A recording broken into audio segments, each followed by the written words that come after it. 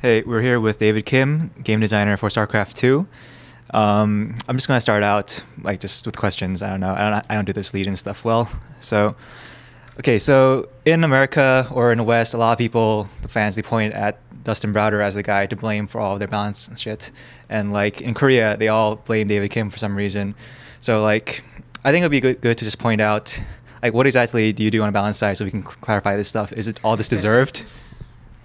I guess we just work as a team. It's not just me and Dustin that's working on the balance. We actually have a group of multiplayer game designers that are working on the game balance, but I think those two names are just more known. So I think that's why that happens.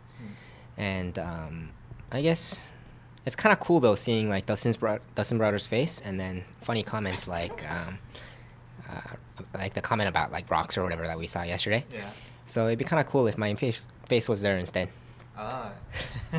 Okay, so like in the community, there's a lot of jokes, semi-serious and some serious or some joking, saying like, oh, like Blizzard doesn't pay attention to games, like they don't know what they're doing. So like this is a, I don't know, I think this is a chance to like clarify that kind of stuff. Like, so like how many people are on the team, and like what kind of tournaments do you watch? Like how often do you watch them, and like what kind of thoroughness? Just I don't know, put some confidence in these people. Well, we have a few people working on the multiplayer game, and we actually try to watch every single major tournament. So whenever there's a major event going on, like MLG today, we try to watch as many games as possible, and we try to talk about what we observe, right? And for example, last week there was Red Bull Battlegrounds. We watched that pretty heavily too.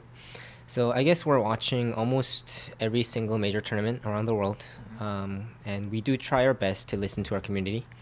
And sometimes we don't react as quickly to certain suggestions but that's just the nature of it, right? Like we not only look at the community feedback, we also look at pro feedback. We also look at the various different data that we have. So it's really difficult to sometimes if all those three things disagree in terms of what they're saying. So we just can't promise that we will act on every single major complaint that the community has, but at the same time we try to analyze to the best of our abilities and really look into every single issue. Okay, let's like talk about that a little bit in detail. So you say you get pro feedback, and that's like actively talking to the pros, asking them their opinions. Yeah, but there's ups and downs of every method of feedback, especially, right? So the pros are generally a little more biased than not because they play one race, they have to win all the time, so they probably feel the most pressure. So we do take that into account whenever we get pro feedback, but on a similar side, we don't just only gather the verbal feedback that the pros give, but also there's a lot of people both within our company and outside of the company that watch the game a lot, like very heavily, right? So those people actually have a really good sort of unbiased view of the game as well. So I think in terms of pro feedback, whenever we say that, we not only mean the actual pro feedback that the pro players are giving us, but also we do have a bunch of people, both internally and externally, that are really good at analyzing the game. And the feedback that we get from them is just as important as the feedback that we get from the pros. Okay, and another thing we hear as a complaint from the community a lot is that Blizzard's like making these changes because they want to like cater toward Silver League players, Gold League players, and they don't care about like, you know, like esports top level like play. So I don't know, like obviously you have to cater somewhat to like lower level play. At the same time, like, you know, us at Team Liquid, we would love it if your main focus was like the highest level play.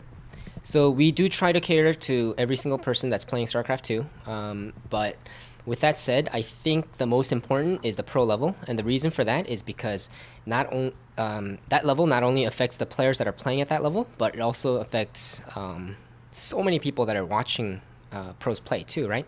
So we do think that is the most important, but at the same time, if there are completely broken things, so for example, in the past, we've made a lot of changes for the lower leagues. So for example, a lot of the bunker nerfs that we did, or the warp gate nerfs that we did, we were seeing that at the lower levels of play, it was pretty difficult for those guys to block those kinds of all-in rushes. So we did take care of those problems. But these days, we're actually not seeing a lot of low-level issues. So we're like the last patch, for example, none of those changes I don't think has a huge impact at like the silver level. But for the pros, the 2 range difference is pretty crazy huge, right? On the queens. Yeah. Or even the observer build speed, we reduced it by like 10 seconds. That probably has almost no impact on a silver level player. But for a pro that really measures different timings, it matters a lot, right? So we've been kind of trending towards catering more to the pro level, not because we don't care about the lower levels, but because of like we're not seeing issues that are as prevalent as we were seeing before. Okay. All right, and you said you look at stats a lot in terms of balance, and obviously, like stats don't tell the entire. Well, they don't tell the entire story. Like, so when you're looking at it, you have to look at stats like win rates across the board, but you also have to look at whether the game is being played in a way that you think is balanced. Like what's the case where you would say that like the stats said something was even, but like in terms of gameplay, you didn't think it was actually working out like the way it should be? I guess we have like the perfect example of that right now. Yesterday, we checked the. I mean, there's that popular complaint among our forums that Protoss versus Terran in the late game, Protoss has no chance, right? Or Terran has no chance, right?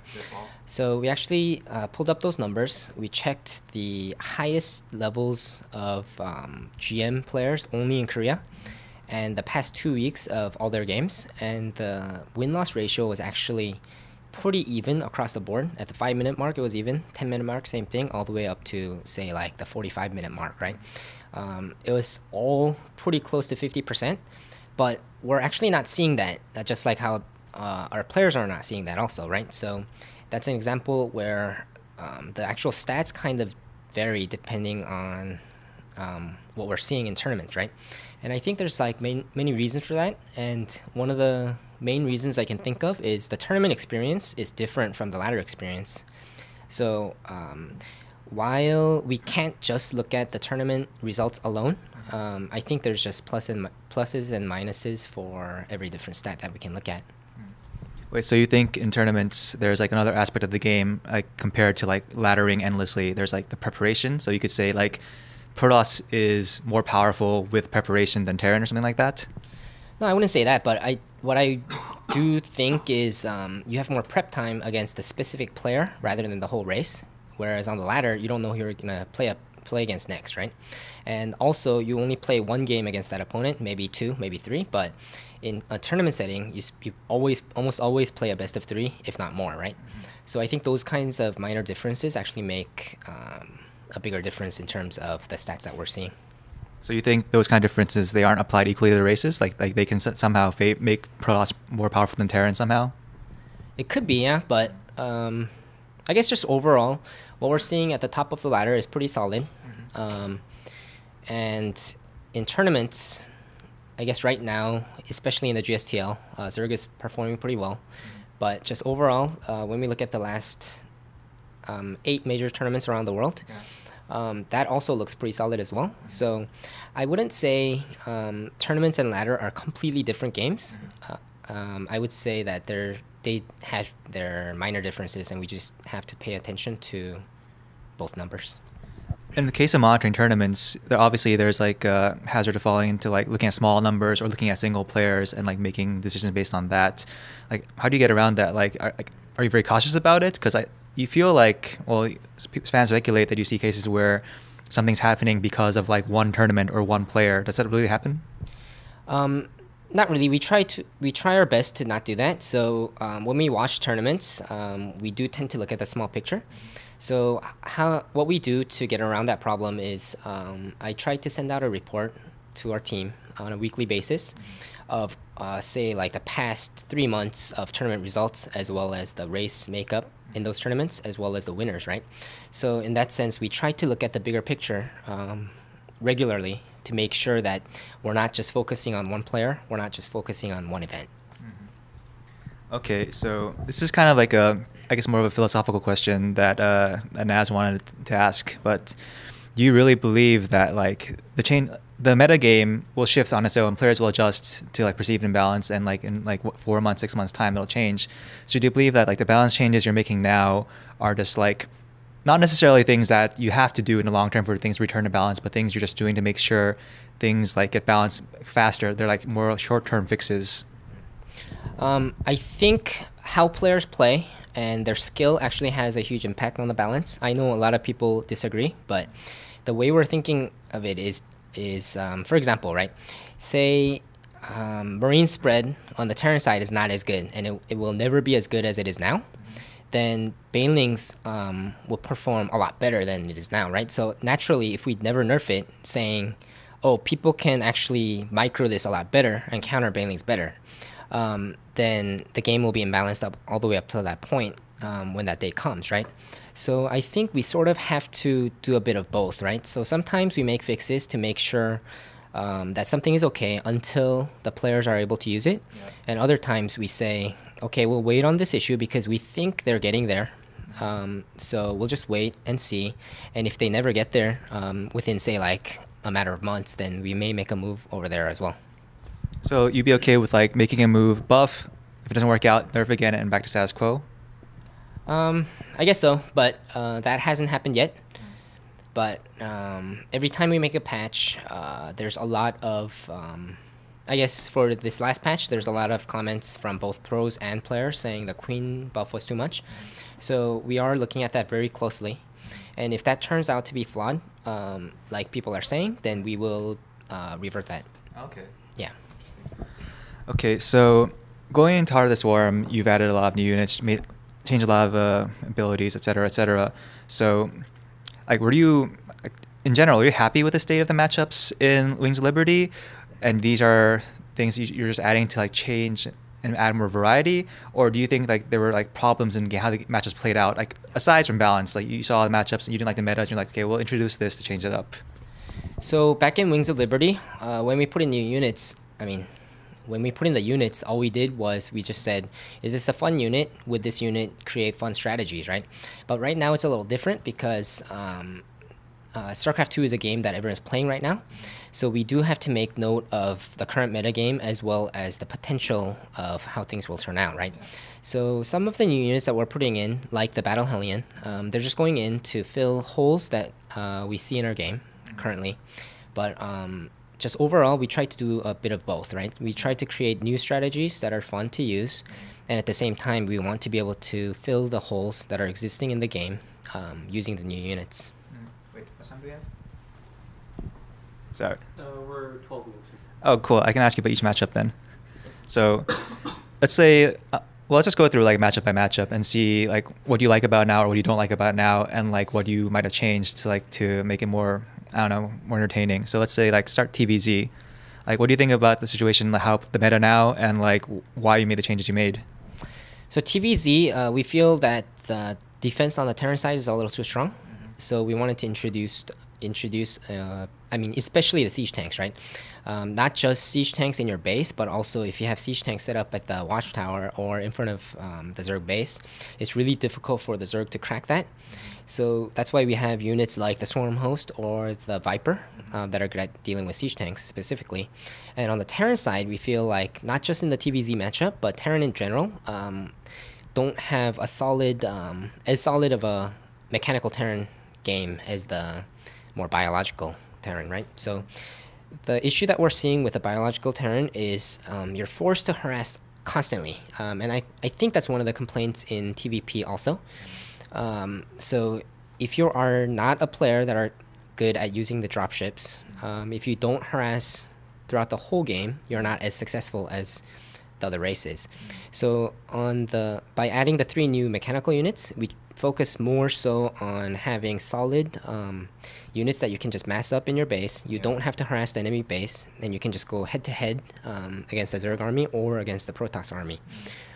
So I think those were the main focuses in that matchup. Okay. Well, if I had to like make a criticism, that sounds awfully a lot like you're making the death ball requirement even more so than it is now. Actually, I'm not saying that. I'm just saying it'd be cool to have a choice of the two, right? Because I think biological Terran will be strong no matter what, because it's already pretty strong, and Terrans are actually doing the best out of the 3 races in major tournaments, right? So it's not a weak strat, and I'm not saying the new mechanical Terran style will be stronger than that strat, but I'm just saying if you choose to play a more harass type of gameplay, you can go that strat, and if you choose to go a more Protoss-like strategy, then you can go the mechanical, or you can go a mix of both, right? So I think just adding more choices to the players on the Terran side is cooler than just having one way to play. Okay. So you're saying that, well, it's like Brood War, you could only play mech in PvP and you can only play bio in DBZ, and you would rather things work out where you have more choices in each matchup? Yeah, for sure, because we know that the Marine Marauder drop-based strategies work in both matchups. I mean, all three matchups pretty well. Yeah. So by adding this new strategy, hopefully we'll keep the existing strat as strong as possible, as strong as it is now, and just provide new options. But we don't necessarily want per matchup for Terrans to only have one option in terms of the unit composition that they use. Okay, well, how about PVZ then? PVZ, like, how do you feel about it now, and like what kind of changes you try to make? So in PVZ, I guess Protoss in general don't have a lot of ways to harass with. Their only options are early on with the Stargate, which a lot of pros are using currently. And the other thing is harassment using warp prisms, which is kind of all or nothing, because whatever you warp in at the enemy's base, if you warp in more than 4 things, those are all wasted, right? And just harassment units in general in Wings of Liberty, they all harass the enemy by killing their workers. So Marine drops, Templar drops, or Hellion Rumbys, all those things harass the enemy by killing their workers. So for the Protoss, we wanted to create something that that you can constantly use throughout the course of the whole game, if you are good enough, while you're not killing their workers, it's still a strong method of harassment, right? So if you take a look at the Oracle in the battle report that we did in the PVZ battle report, I think that shows our intent pretty well. I'm not saying that's how pros are going to use it 100% of the time or anything, but because that unit has really fast movement speed, and all you need to do is tag the mineral patches once and get out of there. If you're paying attention to that harass, it would be really easy to not lose that unit throughout the course of the whole game and just constantly harass the enemy mineral line without killing a single unit. But at the same time, you're actually doing a lot of heavy con damage. How about like Zerg's position in that matchup? Do you like how it's working out? As in, like, well, right now it works out in a way where at lair you can get owned by force fields and colossi, and then you kind of have to like work your way up to hive to have a chance. Like, well, you've said before that like, you guys don't mind the dynamic where certain races are better in a certain period of the game, but what were you trying to change with Zerg in Hara Swarm? So on the Zerg side, like you said, I think the reason why force fields feels so powerful in the mid game is because Zerg doesn't have long range options. So unless they bring out units like the Broodlord, I guess that's the only one. You don't really have anything on long range. So by introducing the Swarm Host, you can actually counter the Locust pretty well using force fields. But at the same time, when I lose Locust, I don't feel bad because those are free units that I have, right? So I guess that is a pretty good counter to the force fields in the mid game. And in the late game with the Viper, I think the main goal for that was Zerg in the late game, if they don't bring Ultras or Broodlords out, I guess against Protoss you don't really use Ultras, but you do use Broodlords. If you don't get Broodlords out in the late game, your 200 pop composition is not as strong as the Protoss army. So we wanted to create a new unit that can combo well with existing units, such as Roaches or Zerglings or Hydras. So that's why we included the range upgrade on the the speed upgrade on the Hydralisk. And the Viper actually combos really well with fast-moving units, naturally, because if you're trying to pull things and catch them off guard in that moment, you don't want to have slow units, because when you pull something, that unit will get away if I can't chase them down, right? So so like in the battle reports, the Viper actually combos really well with the new Hydras, right? Yeah. But we're actually seeing that in our internal playtests, that's not only the case with the Hydras, but also with Zerglings and Roaches. The Vipers are really strong. So we're kind of hoping to create a different sort of option, I guess, in Tier 3, where you can go the mass Zerg-style army and use Vipers to complement that, and you can still go the old Ultralisk-based or Broodlord-based armies.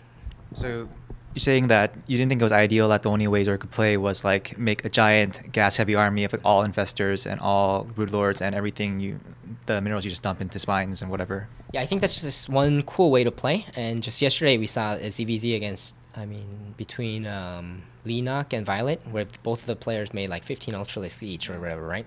And I think those moments are really cool, but I just think if Zerg players had a choice to go that, or they can go the mass swarm army, that would also be cool too, right? So, yeah. So mostly the changes are about giving people like more than one ideal composition like at various points of the game, right? Yeah, for sure. Okay, so let's last one. Let's move on to TVP. Like, what do you think the matchup's at right now, and like what are you trying to fix? In TVP, I guess that's one of the biggest complaint about matchups right now. So we naturally need to look at the Terran strength in the mid game, and also the Protoss strength in the late game.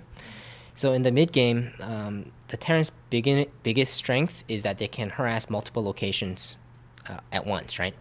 So by introducing the Mothership and the Purify ability, you'll be able to take care of at least one spot fairly easily compared to before, while your army takes care of another spot. But what we're not trying to do is we don't want the harassing to stop altogether, right? So the goal for Purify is to find a point where harassment attacks from the Terran side are a little easier to stop, but they're not. It's not dominatingly strong that Terran players don't want to drop anymore. So that we're hoping Protoss will have a better time in the mid game, and then in the late game, I guess the unit composition that Terran struggle the most with is the Mass Zealot Archon strategy, right? So that's why we introduced the Battle Hellion, which is very strong against Charged Zealots specifically.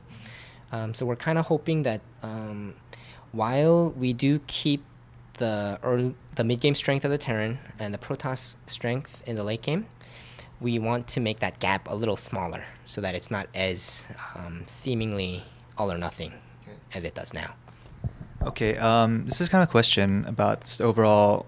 You talk a lot about controlling space and like giving Zerg a range option, etc., etc. Like, do you think that it's maybe homogenizing the races in terms of like what tools they have? Like, I guess like Brood War is an obvious comparison, but in Brood War, not all the races had those tools, but they were forced to make do with what they did have. Yeah, I think that's just something that we have to watch out for, right? So what we tried to do when we created the new siege option, for example, on the Zerg side, is we didn't want it to feel like the Colossus or the siege tank, because both those two units kind of feel similar. Like, minus the fact that the siege tank has to set up and do damage, those two units are actually pretty similar units. And what those two units have in common is the high burst splash damage, right? Yeah. Combined with the siege range. So with the Swarm Host, what we wanted to do was the complete opposite, which is they constantly spawn these little guys that do small amounts of damage, but over time you wear the enemy down. So in that sense, yeah, all three races have siege options, but this new option on the Zerg side is actually a totally different way to siege your opponent compared to before.